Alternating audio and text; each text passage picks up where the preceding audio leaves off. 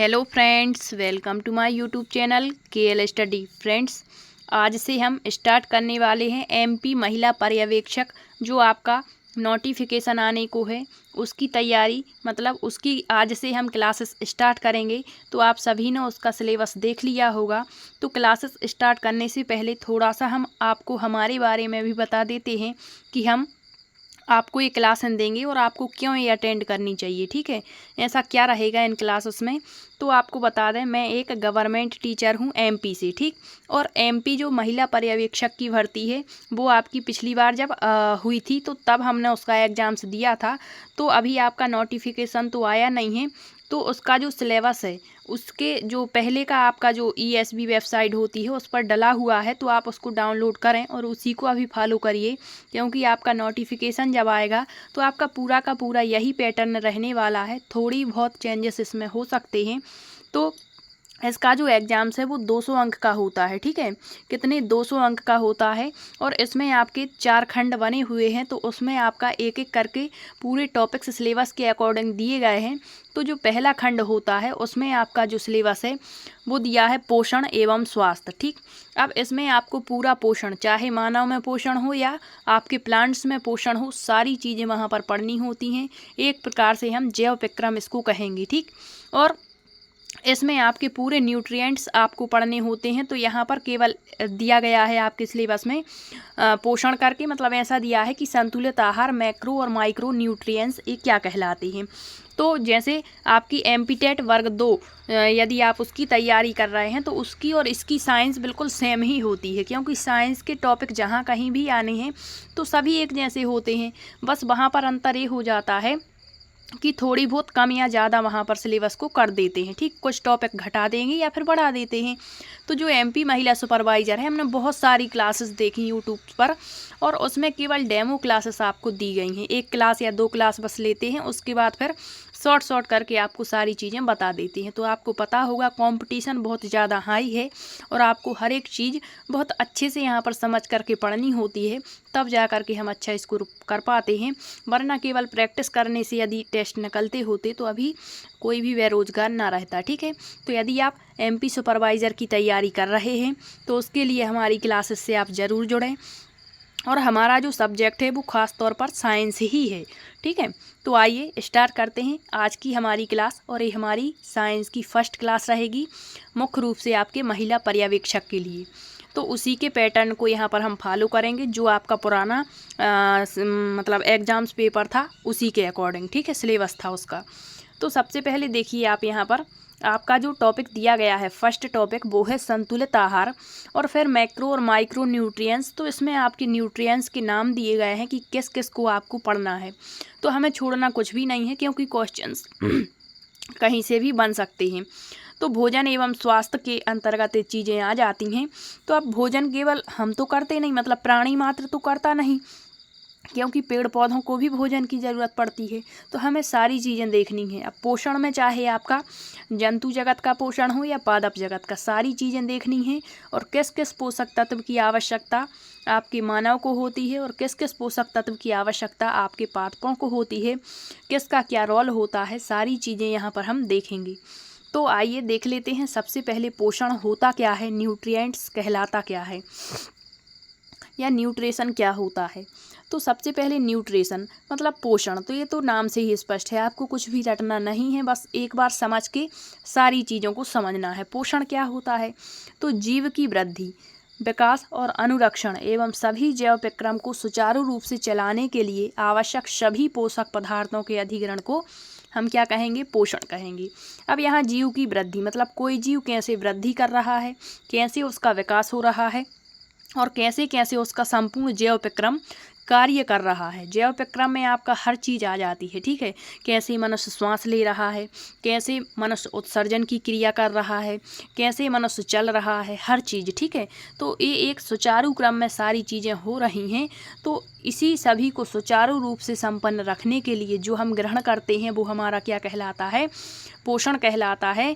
अधिग्रहण करते हैं वही हमारा पोषण है। ठीक, अब देखिए पोषक पदार्थ, तो ये तो हुआ पोषण। अब पोषक पदार्थ मतलब पोषण हमने कह दिया, हमने पोषण कर लिया। अब इसमें कुछ पदार्थ भी होंगे अलग अलग श्रेणी में कि हमने क्या खाया है, हमने विटामिन लिए हैं या फिर विटामिन हम डायरेक्ट नहीं लेते, ना ही इसको हम कहीं से खरीदते हैं कि हमें विटामिन दे दो, हमें उसके लिए तत्व खरीदने होते हैं। ठीक है, कुछ प्रकार के मतलब पदार्थ खरीदते हैं, फिर हमें उनसे जो पोषक तत्व मिलते हैं वो कहलाते हैं। जैसे विटामिन हो गया कि इससे हमें विटामिन मिला, इससे प्रोटीन मिला, इससे वसा मिली, मतलब ऊर्जा मिली।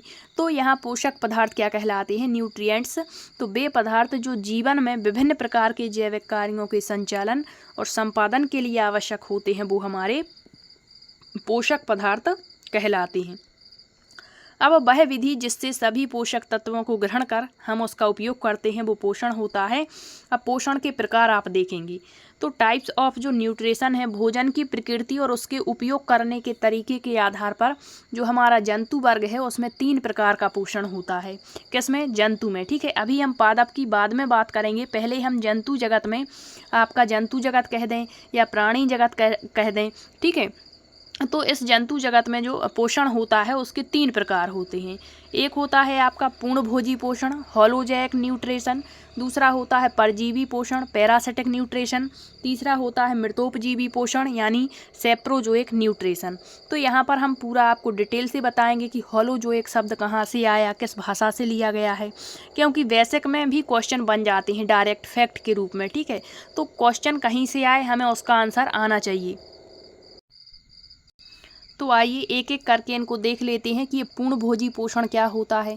पहले तो आप इनके नाम से कंफर्म कर लें। यहाँ पूर्णभोजी मतलब पूर्ण तरीके से मतलब जंतुओं के जैसा जो पोषण पर आधारित होता है वो पूर्णभोजी।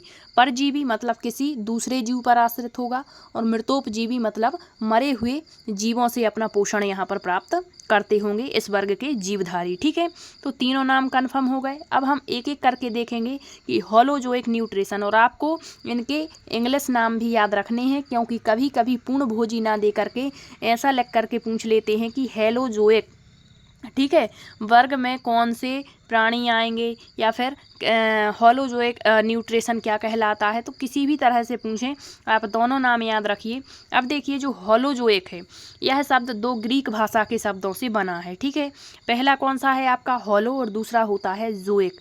अब होलो का मतलब होता है पूर्ण रूप से या पूरी तरह से, और जोइक का अर्थ होता है जंतु जैसा, अर्थात पूर्ण तरीके से जंतु के जैसा जो व्यवहार करते होंगे या जंतु के जैसे मतलब पोषण पर आधारित होते होंगे, वो आपके पूर्णभोजी कहलाते होंगे। ठीक है, अब देखिए वैसा पोषण जिसमें प्राणी अपना भोजन ठोस या तरल रूप में जंतुओं के भोजन ग्रहण करने की विधि द्वारा ग्रहण करते हैं वो पूर्णभोजी पोषण या प्राणी सम कहलाते हैं, मतलब प्राणी के समान। वैसे जीव जिनमें इस विधि के माध्यम से पोषण होता है प्राणी समभोजी भी इसको कह सकते हैं। ठीक, इस प्रकार का पोषण सामान्यतया जंतुओं का लक्षण है तथा यह अमीबा, मेंढक, मनुष्य आदि में पाया जाता है। फिर जो प्राणी समभोजन है यह भी 4 प्रकार का हो जाता है, शाकाहारी, मांसाहारी, सर्वाहारी और अपमार्जक। तो आपने यदि इकोसिस्टम पढ़ा होगा EVS में, तो वहाँ पर ही पढ़ा होगा आपने। शाकाहारी मतलब जो अपना भोजन स्वयं बनाते हैं, इनको इंग्लिश में कहते हैं हर्बीवोरस, इसको याद रखिए। तो इस प्रकार के जंतु पौधों एवं उसके अन्य भागों या उत्पादों को भोजन के रूप में ग्रहण करते हैं। इसमें आपके गाय, भैंस, घोड़ा, बकरी, हिरण, भेड़ आदि आ जाते हैं। ठीक है, तो आपके ये शाकाहारी होते हैं। यहाँ पर आपको एक बात बताना भूल गए, यहाँ सबसे पहले जो होते हैं वो होते हैं जो अपना भोजन स्वयं बनाते हैं, वो पेड़ पौधे कहलाते हैं। ठीक है, तो यहाँ पर जो अपना भोजन स्वयं बनाते हैं वो क्या कहलाते हैं, तो आप कमेंट्स के माध्यम से बताइए। जो अपना भोजन स्वयं बनाते हैं, ठीक है, जैसे हरे पादप हो गए, कुछ शैवाल वगैरह इसमें आ जाते हैं, तो कुछ जीवाणु भी उसमें आ जाते हैं। ठीक है, तो बताइए क्या कहलाते हैं। फिर जो शाकाहारी होते हैं हरे पादपों से अपना पोषण प्राप्त करेंगे। तो इस वर्ग के जंतु पौधे और उसके अन्य भागों को उत्पाद या जो पौधे उत्पाद बनाते हैं उसको ग्रहण करते हैं। तो गाय, भैंस, घोड़ा, बकरी और हिरण आदि आ जाते हैं। फिर मांसाहारी, मांसाहारी मतलब जो शाकाहारी से अपना पोषण मतलब एक दूसरे से पोषण प्राप्त करते हैं। ठीक है, तो मांसाहारी जो शाकाहारी और मतलब कुछ आपके पादप मतलब जो पेड़ पौधे अपना भोजन बना रहे हैं उनसे भी पोषण प्राप्त कर लेते हैं। तो इसमें शेर, बाघ, चीता, तेंदुआ, लोमड़ी आदि आ जाते हैं। फिर सर्वाहारी, सर्वाहारी इस कैटेगरी में वे जंतु आएंगे जो आपके मतलब दोनों को खा जाएंगे, ठीक है, मतलब मांसाहारी भी और शाकाहारी भी, इसमें मानव आ जाता है। फिर आपका अपमार्जक, मतलब इनको पृथ्वी का सफाई करता भी कहते हैं, इसके वेंजर इसको कहा जाता है। इस समूह के अंतर्गत वैसे जंतु आएंगे जो मृत जंतुओं को अपने भोजन के रूप में ग्रहण करेंगे। दूसरे शब्द में मृत जंतुओं को खाने वाले जीव अपमार्जक कहलाएंगे, ठीक है, और यह क्रिया अपमार्जन कहलाती है। इसमें आपका सियार, लकड़बग्घा, गिद्ध, चील आदि आ जाते हैं और यह वातावरण को शुद्ध रखने में भी हमारी मदद करते हैं। तो ये आपके एमपीटेट वर्ग 2 प्रीवियस ईयर क्वेश्चन है, पूछा गया था, वातावरण को शुद्ध रखने में मदद करते हैं तो अपमार्जक कहलाते हैं, इसके व्यंजर कहलाते हैं, ठीक।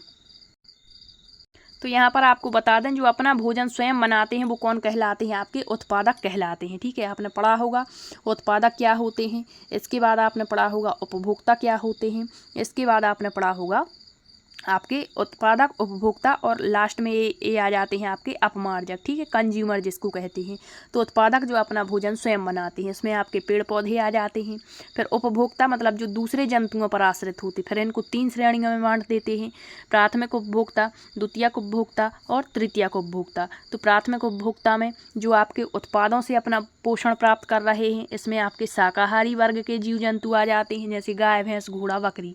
द्वितीयक में आपके मांसाहारी आ जाएंगे जो प्राथमिक उपभोक्ता और उत्पादक से पोषण प्राप्त कर रहे हैं। और तीसरा जो वर्ग होता है सर्वाहारी का, उसमें आपके ये मांसाहारी मतलब मांस भी खा जाते हैं और प्राथमिक उपभोक्ता को भी खा जाते हैं और आपके उत्पादक को भी खा जाते हैं, इसमें आपका मानव आ जाता है, ठीक है। और इसके व्यंजर क्या कहलाता है, अपमार्जक, पृथ्वी का सफाई करता, ठीक। तो ये होता है आपका पोषण का पहला प्रकार मानव में प्राणी संपोषण। दूसरा प्रकार होता है परजीवी पोषण यानी पैरासिटिक न्यूट्रिशन। तो आपको बुक्स में खूब सारी चीज़ें लिखी मिल जाएंगी, लेकिन बात यहाँ समझने की होती है कि किस तरीके से आपको चीज़ों को क्लियर करना है। तो परजीवी यानी दूसरे जीवों से पोषण प्राप्त करना है, इसमें पैरासिटिक न्यूट्रिशन इसको कहते हैं, या पैरासाइट न्यूट्रिशन जो है यह भी 2 शब्दों से बना है, एक तो पारा और दूसरा साइटोस के मेल से बना है। पारा का अर्थ होता है पास या बगल में या पार्श्व में, और साइटोस का अर्थ होता है पोषण, मतलब मान के चलिए 2 प्राणी हैं तो ये प्राणी जो है अपने बगल वाले यानी पार्श्व वाले भाग से, ठीक है, पोषण ग्रहण कर रहा है। तो ये क्या कहलाएगा आपका परजीवी पोषण। अर्थात इस प्रकार के पोषण में जीव दूसरे प्राणी के संपर्क में या तो स्थायी रूप से ग्रहण करता होगा या अस्थायी कभी कभार, ठीक है, पोषण प्राप्त करता होगा, लेकिन करता होगा अपने बगल वाले जीव से ही। तो ये पोषण क्या कहलाएगा आपका परजीवी। और जिस जीव के शरीर से परजीवी अपना भोजन प्राप्त करते हैं वो क्या कहलाते हैं, पोषी। तो एक जो ग्रहण कर रहा है और जिससे ग्रहण कर रहा है, तो जिससे ग्रहण कर रहा है जिस जीव पर वो आश्रित है वो पोषी जीव कहलाएगा, ठीक है।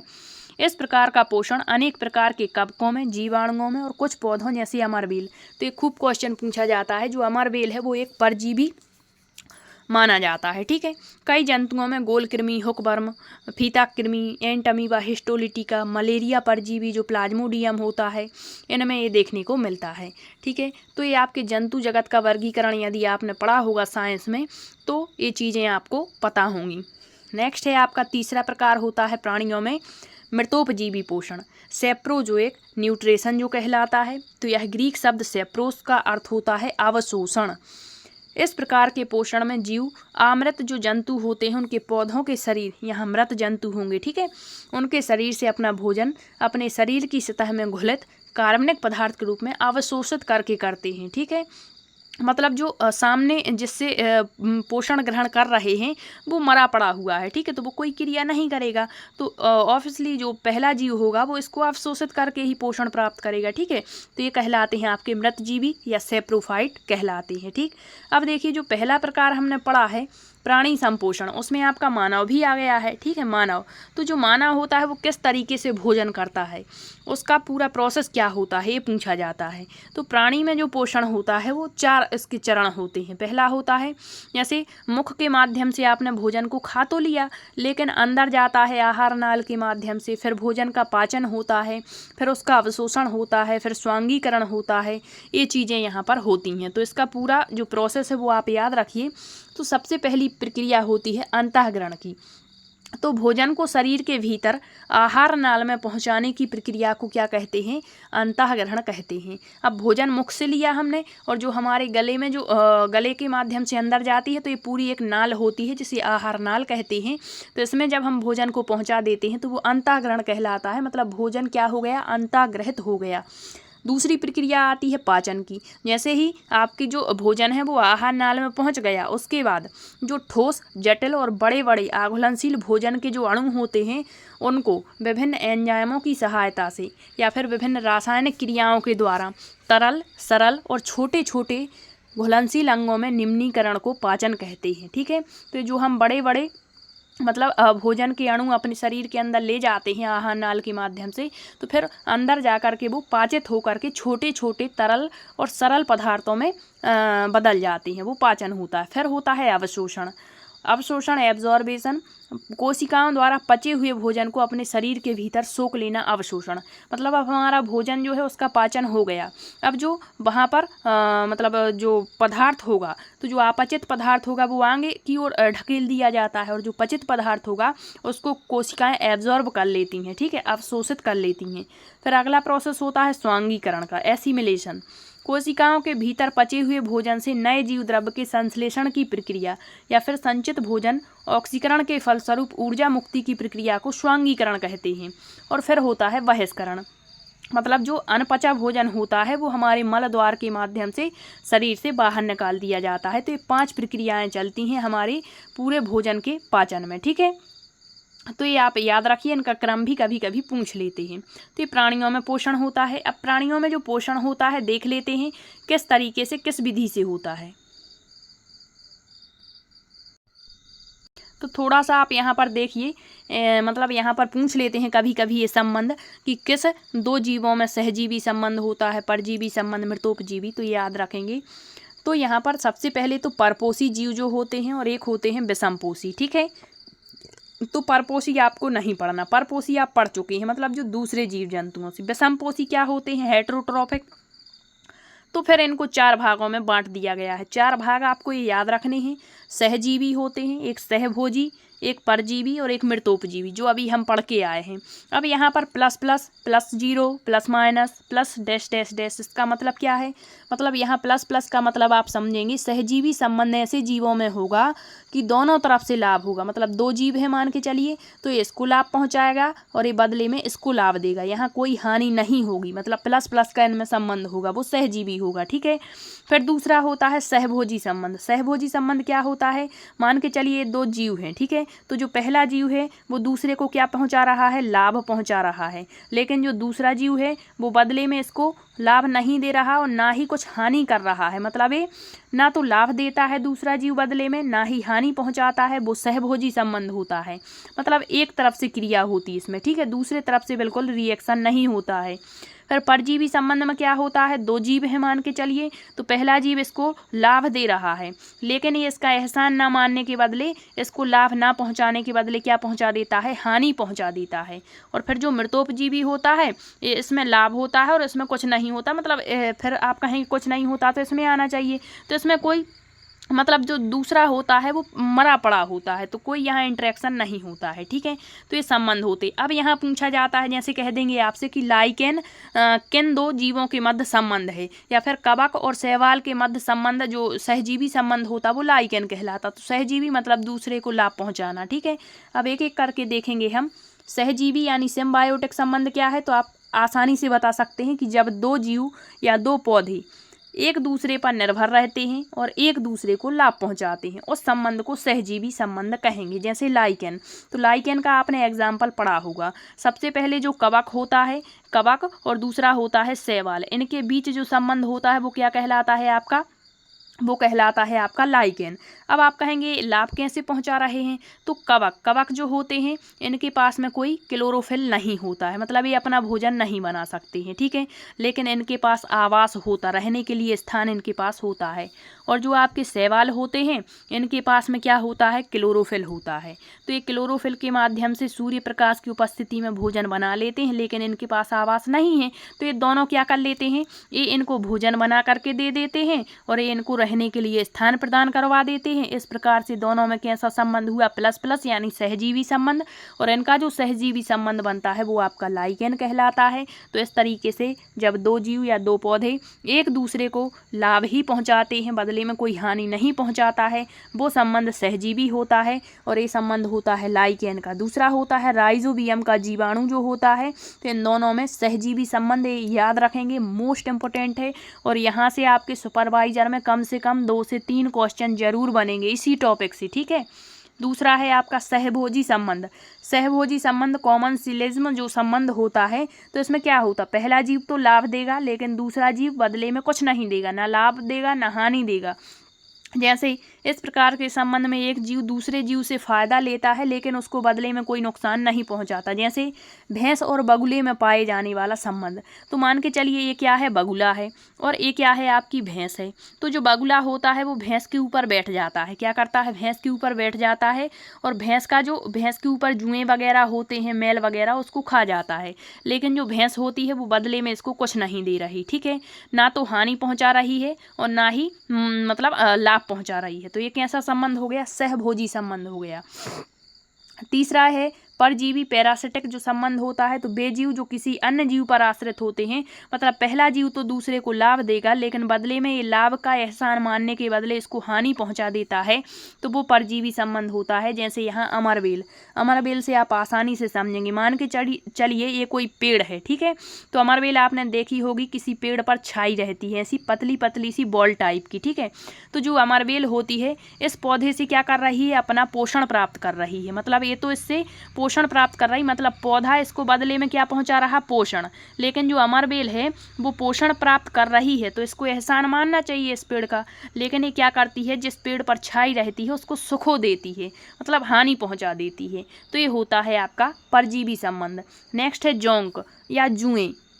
जो जूं होता है, ठीक है, मान के चलिए मानव के सिर में कोई जूं है, तो वो क्या करता है, मानव के शरीर से रक्त को चूसता रहता है। तो मानव तो इसको क्या कर रहा है, लाभ दे रहा है, लेकिन जुआ एहसान मानने के बदले उसको ही काट लेता है, ठीक है। तो ये परजीवी संबंध माना जाता है। नेक्स्ट है मृतोपजीवी सैप्रोफाइटिक संबंध। तो इस प्रकार के संबंध में जीव जंतु मृत अवशेषों से अपना भोजन प्राप्त करते हैं। मृत मतलब जैसे कोई मरा पड़ा हुआ है, मान के चलिए कोई गाय की डेथ हो जाती है, तो जो गिद्ध चीलबाज कौए होते हैं ये इस मरी हुई गाय से अपना पोषण प्राप्त कर लेते हैं और बदले में जो गाय होती वो तो मरी हुई है, ठीक है, तो कोई क्रिया नहीं करेगी, तो बदले में यहाँ पर कोई रिएक्शन नहीं होता है। तो ये मृतोपजीवी, तो ये तो आप आसानी से समझ लेंगे, ठीक है। तो ये आपको याद रखने हैं। ये होता है प्राणी या मानव भी कह सकते हैं, क्योंकि प्राणी मानव ही तो है या जंतु का है, ठीक है। तो ये हुआ मतलब ये हो गया आपका पोषण किस में, जंतु में। अब आता है पादपों में पोषण किस प्रकार से होता है, तो ये भी आपको पढ़ना है। भले ही आपके सिलेबस में केवल संतुलित आहार वगैरह दिया हुआ है, न्यूट्रिएंट्स, लेकिन आपको जितने भी जीवित जो सजीव जगत होता है उसमें आपको पादप और जंतु दोनों पढ़ने होते हैं। तो पोषण पढ़ना है आपको दोनों में, फिर दोनों के पोषक तत्व पढ़ने हैं। तो मानव में जो पोषक तत्व होते हैं जैसे कार्बोहाइड्रेट, वसा वगैरह हो गया, प्रोटीन, इसके बाद आपके खनिज लवण हो गए, विटामिन हो गए, ठीक है, जल भी हो गया, जल भी पोषक पदार्थ में आ जाता है आपकी।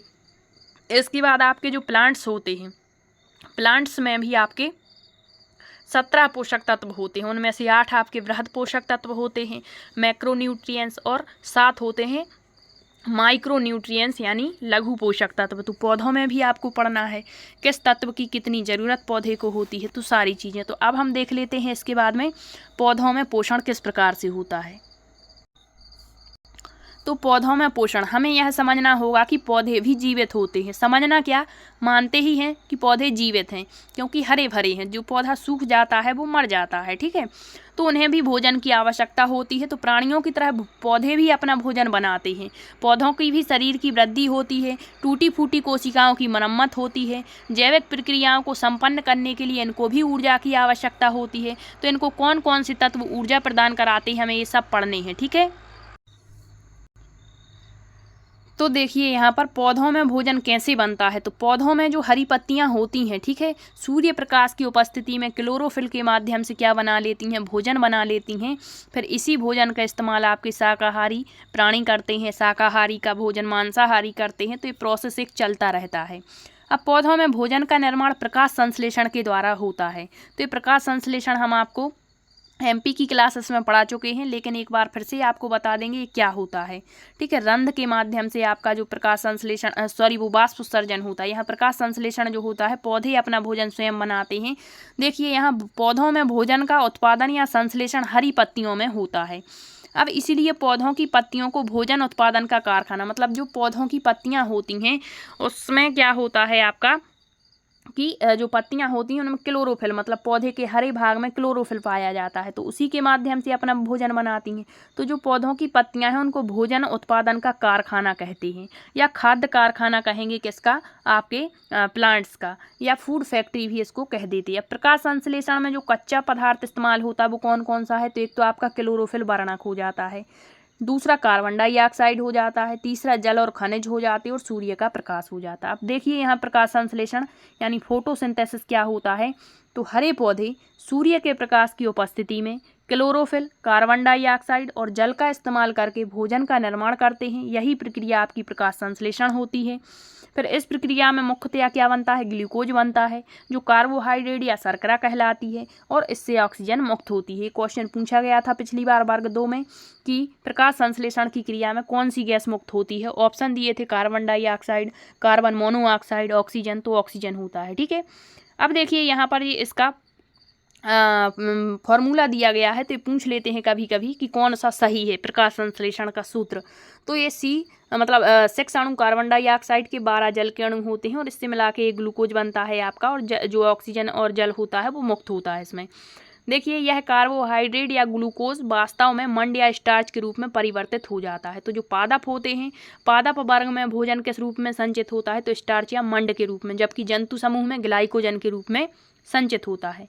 अब देखिए पौधों में पोषण 4 प्रकार से होता है, स्वपोषी पोषण, परपोषी या विषमपोषी पोषण, परजीवी, मृतजीवी, सहजीवी। तो ये हम आपको बता चुके। स्वपोषण मतलब जो अपना भोजन स्वयं बनाएंगे वो हरे पेड़ पौधे होते। परपोषण या विषम पोषण, तो विषम पोषण में आपको 4 प्रकार बताए, 4 संबंध बताए। सहजीवी संबंध बताया, सहभोजी संबंध बताया, ठीक है, परजीवी संबंध बताया, और फिर मृतोपजीवी बताया अभी आपको। अब होता है परजीवी, मतलब दूसरे जीवों से, पैरासिटिक न्यूट्रिशन ही बता चुके हैं। परजीवी संबंध किस में होता है, तो आपकी अमरबेल में होता है। एक तो लाभ पहुंचाता है, दूसरा इसको हानि पहुंचा देता है, जूं और जोंक में होता है। मृतजीवी मतलब अभी बताया, गिद्ध हो गया था, जैसे वो जंतुओं में था, तो इसी तरीके से आपके प्लांट्स में भी होगा। सहजीवी पोषण, एक दूसरे को लाभ पहुंचाएंगे यहाँ पर। अब देखिए एक एक करके देखेंगे। स्वपोषण, ऑटोट्रॉफिक न्यूट्रिशन क्या होता है, तो आपको ये पढ़ना है स्वपोषी जीव क्या कहलाते हैं। जो जीव जंतु अपना भोजन स्वयं बनाएंगे, या जो प्लांट्स, यहाँ प्लांट्स होंगे, जो पौधे अपना भोजन स्वयं बनाएंगे वो स्वपोषी होंगे। इसमें शैवाल आ जाएगा क्योंकि इनमें क्लोरोफिल होता है और अपना भोजन स्वयं बना लेते हैं। फिर परपोषी या विषम पोषण क्या होते हैं, तो जो अपना भोजन मतलब ऐसे जीव जो परपोषण विधि से भोजन बनाएंगे, अर्थात ऐसे जीव जो अपने भोजन के लिए पौधों या अन्य जीवों पर निर्भर रहेंगे। इसमें सभी जीव जंतु आ जाते हैं। फिर आता है जीव जंतुओं में ये पोषण हम आपको बता चुके हैं अभी, ठीक है। इसके बाद हम देखेंगे संतुलित भोजन एवं स्वास्थ्य। आपका टॉपिक स्टार्ट होता है यहीं से। इससे पहले आपको पोषण बता दिया कि पोषण मनुष्य में किस प्रकार से होगा और क्या क्या विधियां होती हैं। प्लांट्स में पोषण कैसे होता है, जंतुओं में पोषण कैसे होता है। अब संतुलित भोजन क्या कहलाता है, तो आपको बता दें जिसमें पोषक तत्वों की भरपूर मात्रा उपस्थित रहती है वो संतुलित भोजन होता है, ठीक है। स्वास्थ्य, तो संतुलित भोजन का फिर असर किस पर करेगा। यदि हम अच्छा भोजन करेंगे तो अच्छा स्वास्थ्य रहेगा, और यदि संतुलित भोजन नहीं करेंगे तो स्वास्थ्य कैसा होगा, गड़बड़ होगा। फिर हमें रोग भी पढ़ने हैं कि किस में किस प्रकार से कौन सा रोग हो जाता है, किस तत्व की कमी से कौन से रोग होते, कवक के द्वारा कौन से रोग हो जाते हैं, जीवाणु विषाणुओं के माध्यम से मनुष्य में कौन से रोग होते, पादपों में कौन से रोग होते हैं। तो बहुत बड़ा चैप्टर है ये, ठीक है। तो देखिए हमें पर्याप्त रूप से ऊर्जा प्राप्त करने और शरीर के विकास के लिए संतुलित भोजन लेना चाहिए। संतुलित भोजन का मतलब उसमें पोषक तत्व उपस्थित होने चाहिए। तो संतुलित भोजन से तात्पर्य हमारे भोजन में शरीर के लिए आवश्यक घटक जैसे हैं कार्बोहाइड्रेट भी होना चाहिए, वसा, प्रोटीन्स, खनिज लवण, विटामिन के साथ साथ जल और रेशेदार पदार्थ का उचित मात्रा में सम्मिलित किया जाना अति आवश्यक है। ये भोजन के प्रमुख अवयव माने जाते हैं। शरीर को इनकी मात्रा ना मिलने पर शरीर की वृद्धि प्रभावित हो जाती है, या तो कई बीमारियां घिर जाएंगी या फिर शरीर का जो कद काठी है वो डिफरेंट टाइप की हो जाएगी। कई बार उचित मात्रा में संतुलित भोजन ना लेने के कारण बच्चे पोषक तत्वों की कमी से होने वाले जो रोग होते हैं उनसे ग्रसित हो जाएंगे। कहीं क्वाशीरियोर का रोग हो जाएगा, कहीं मरासमस रोग हो जाएगा, कहीं रतौंधी हो जाएगी। तो ये क्यों हो जाते हैं? क्योंकि भोजन में पोषक तत्वों की कमी हो जाती है। ठीक है, अब देखिए भोजन और इसके स्रोत। तो भोजन क्या है ये तो आप समझ गए। अब देख लेते हैं थोड़ा सा। भोजन वह पोषक पदार्थ है जो किसी जीव द्वारा वृद्धि कार्य, शरीर के विभिन्न अंगों की मरम्मत और जीवन क्रियाओं के संचालन हेतु ऊर्जा प्राप्त करने के लिए हम ग्रहण करते हैं। सभी जीवधारियों के लिए भोजन की आवश्यकता होती है। भोजन से हमें प्रोटीन, कार्बोहाइड्रेट, वसा, खनिज, लवण वगैरह प्राप्त होते हैं और ये हमारे शरीर की वृद्धि विकास में सहायक होते हैं। अब पौधे और जंतु दोनों ही हमारे भोजन के प्रमुख स्रोत होते हैं। पौधों से हम उत्पाद के रूप में फल फूल प्राप्त करते हैं, ग्रहण कर लेते हैं, और जंतु जैसे मांसाहारी होते हैं तो जंतु को भी खा जाते हैं। तो अधिकांश भोज्य पदार्थ हमें कृषि और पशुपालन से प्राप्त होते हैं। जंतुओं में हम गाय, भैंस, बकरी, भेड़, कुक्कुट, सुअर, मछली आदि को खा जाते हैं। ठीक है, गाय, भैंस, बकरी से हम दूध खाते हैं, कुक्कुट से मांस या अंडे खाते हैं, सुअर और मछली से मांस खा जाते हैं। तो ये स्रोत दिए गए हैं कुछ। अब पोषक तत्व। तो जो पोषक तत्व होते हैं इसका अध्ययन क्या कहलाता है? हर एक चीज़ का अध्ययन एक शाखा के अंतर्गत किया जाता है। ठीक है, जैसे कोशिका का अध्ययन साइटोलॉजी, ऊतकों का अध्ययन आपका क्या कहलाता है? हिस्टोलॉजी कहलाता है। उसी तरीके से पोषक तत्वों का जो अध्ययन है वो ट्रोपोलॉजी कहलाता है। मानव शरीर के लिए 7 पोषक तत्वों की आवश्यकता होती है और पेड़ पौधों के लिए 17 पोषक तत्वों की आवश्यकता होती है। अब जो मानव शरीर के लिए 7 पोषक तत्व हैं, पहले तो आपको इनके नाम याद होने चाहिए, फिर इनको किस आधार पर बांटा गया है, मतलब अधिक मात्रा में किन की जरूरत होगी, कम मात्रा में किन पोषक तत्वों की जरूरत होगी। तो ये सारी चीजें अब हम एक एक करके देखेंगे। तो भोजन और उसके अवयव क्या होते हैं? तो भोजन आपको बता दिया, अवयव मतलब यहाँ पर देखिए थोड़ा सा। भोजन में पोषक पदार्थ हैं जिनको जीव कार्य करने के लिए, वृद्धि, ऊतकों की टूट फूट की मरम्मत करने के लिए, जैव प्रक्रमों को सुचारू रूप से कायम रखने के लिए हम ग्रहण करते हैं या खाते हैं। अब पोषक पदार्थ आपको बता चुके। अब देखिए आवश्यकता के आधार पर जो पोषक पदार्थ हैं वो 2 प्रकार के होते हैं। एक तो होते हैं बृहद पोषक तत्व और एक होंगे आपके लघु पोषक तत्व। ठीक है, इसी तरीके से आपके प्लांट्स में भी होंगे लघु पोषक तत्व। तो यहाँ आप समझेंगे थोड़ा सा। बृहद का मतलब होता है मैक्रो, मतलब जिनकी ज़रूरत मनुष्य को ज़्यादा मात्रा में पड़ती है, और जिनकी मात्रा कम मतलब जिनकी ज़रूरत कम मात्रा में पड़ेगी वो लघु पोषक तत्व कहलाएंगे, यानी माइक्रो पोषक तत्व कहलाएंगे। तो आपके सिलेबस में यही दिया है मैक्रो और माइक्रो न्यूट्रिएंट्स क्या होते हैं, इनकी कमी से कौन से रोग होते हैं, अधिकता से क्या होता है। तो ये चीज़ें यहाँ पर एक एक करके हमें पढ़नी है। तो जो आपके 7 पोषक तत्व हैं पहले तो आप उनको याद रखिए। तो 3 तो आपके यही दिए हैं, कार्बोहाइड्रेट, वसा, प्रोटीन। तीसरा के बाद चौथा हो जाएगा आपका यहाँ पर विटामिन। क्या हो जाएगा? चौथा पोषक तत्व हो गया विटामिन। इसके बाद आपका 5वां हो जाएगा खनिज लवण। क्या हो जाएगा? खनिज लवण। और इसके बाद आपका हो जाएगा जल। तो ये 6 हो गए। और एक होता है आपका आनुवंशिक पदार्थ, आपने पढ़ा होगा डीएनए, आरएनए। तो ये 7 पोषक तत्व आपके होते हैं, न्यूक्लिक अम्ल जिनको कहते हैं। ठीक है, तो अब मैक्रो और माइक्रो न्यूट्रिएंट्स में पहले जो हैं जिनकी ज़रूरत अधिक मात्रा में होती है वो बृहद पोषक तत्व कहलाते हैं। तो मैक्रो न्यूट्रिएंट्स वे पोषक तत्व हैं जिनकी हमें बड़ी मात्रा में आवश्यकता होती है, और जो ऊर्जा प्रदान करने वाले पोषक तत्व होते हैं वो बड़े या बृहद पोषक तत्व कहलाते हैं। तो इनमें 3 पोषक तत्व आ जाएंगे, एक तो कार्बोहाइड्रेट, एक वसा, एक प्रोटीन। तो संपूर्ण शरीर का जो है एक 60% भाग वसा, 20%, प्रोटीन 20%। तो इस प्रकार से टोटल 100% इनसे हमें ऊर्जा मिल जाती है। तो इससे कितनी ऊर्जा मिलेगी? 60%, 3/5 भाग। ठीक है, तो ये बटा में भी भाग दिया गया है। फिर आपका होता है सूक्ष्म यानी माइक्रो न्यूट्रिएंट्स। तो सूक्ष्म पोषक तत्व वे पोषक तत्व जिनकी आवश्यकता जीवन भर होती है लेकिन बहुत कम मात्रा में। ऐसा नहीं है कि इनकी जरूरत, ये सूक्ष्म है तो इनकी ज़रूरत कुछ दिन के लिए ही होगी, नहीं, इनकी ज़रूरत होती तो जीवन पर्यंत है लेकिन बहुत कम मात्रा में पड़ती है। स्थूल पोषक तत्व भी इनको कह सकते हैं। ठीक है, मानव शरीर द्वारा एक बहुत कम मात्रा में, यहाँ सूक्ष्म होगा, सूक्ष्म पोषक तत्व कहेंगे। ठीक है, यहाँ पर आमतौर पर 100 माइक्रोग्राम प्रतिदिन से भी कम इनकी ज़रूरत पड़ती है। इनमें आ जाएंगे विटामिन, खनिज लवण और जल। अब ये तो हुआ आपका किस आधार पर? आवश्यकता के आधार पर। अब उपयोगिता के आधार पर इन्हीं 7 जो पोषक तत्व हैं इनको 4 कैटेगरी में बांट दिया है। किसके आधार पर? उपयोगिता की। पहला ऊर्जा उत्पादक, मतलब वे पदार्थ जो शरीर को ऊर्जा देंगे वो वसा और कार्बोहाइड्रेट होंगे। उपापचयी नियंत्रक, जो हमारे शरीर में उपापचयी क्रियाओं का नियंत्रण रखेंगे वो विटामिन, खनिज लवण और जल होंगे। वृद्धि और निर्माण पदार्थ, मतलब यदि शरीर में कोई टूट फूट घाव वगैरह हो जाते हैं, हड्डियां टूट जाती हैं तो उनकी मरम्मत करता है तो वो प्रोटीन होता है। वृद्धि और निर्माणक पदार्थ इसको कहेंगे। और तीसरा आनुवंशिक पदार्थ, मतलब जो हमारे गुणों को एक पीढ़ी से दूसरी पीढ़ी में पहुंचाएंगे वो आपके आनुवंशिक पदार्थ न्यूक्लिक अम्ल होते हैं। तो उपयोगिता के आधार पर 4 प्रकारों में 7 पोषक तत्वों को बांटा है। पहले हो गए आपकी ऊर्जा उत्पादक, उपापचयी नियंत्रक, वृद्धि तथा निर्माण पदार्थ और आनुवंशिक पदार्थ। जबकि आपके आवश्यकता के आधार पर 2 भागों में बांटा है, माइक्रो और मैक्रो। मैक्रो यानी बृहद पोषक तत्व, माइक्रो यानी सूक्ष्म पोषक तत्व। अब ये 7 पोषक तत्व हैं, इनको एक एक करके हमें पढ़ना है। तो अगली क्लास में हम पढ़ेंगे एक एक करके सारे पोषक तत्व। आज की क्लास में इतना ही रहने देते हैं।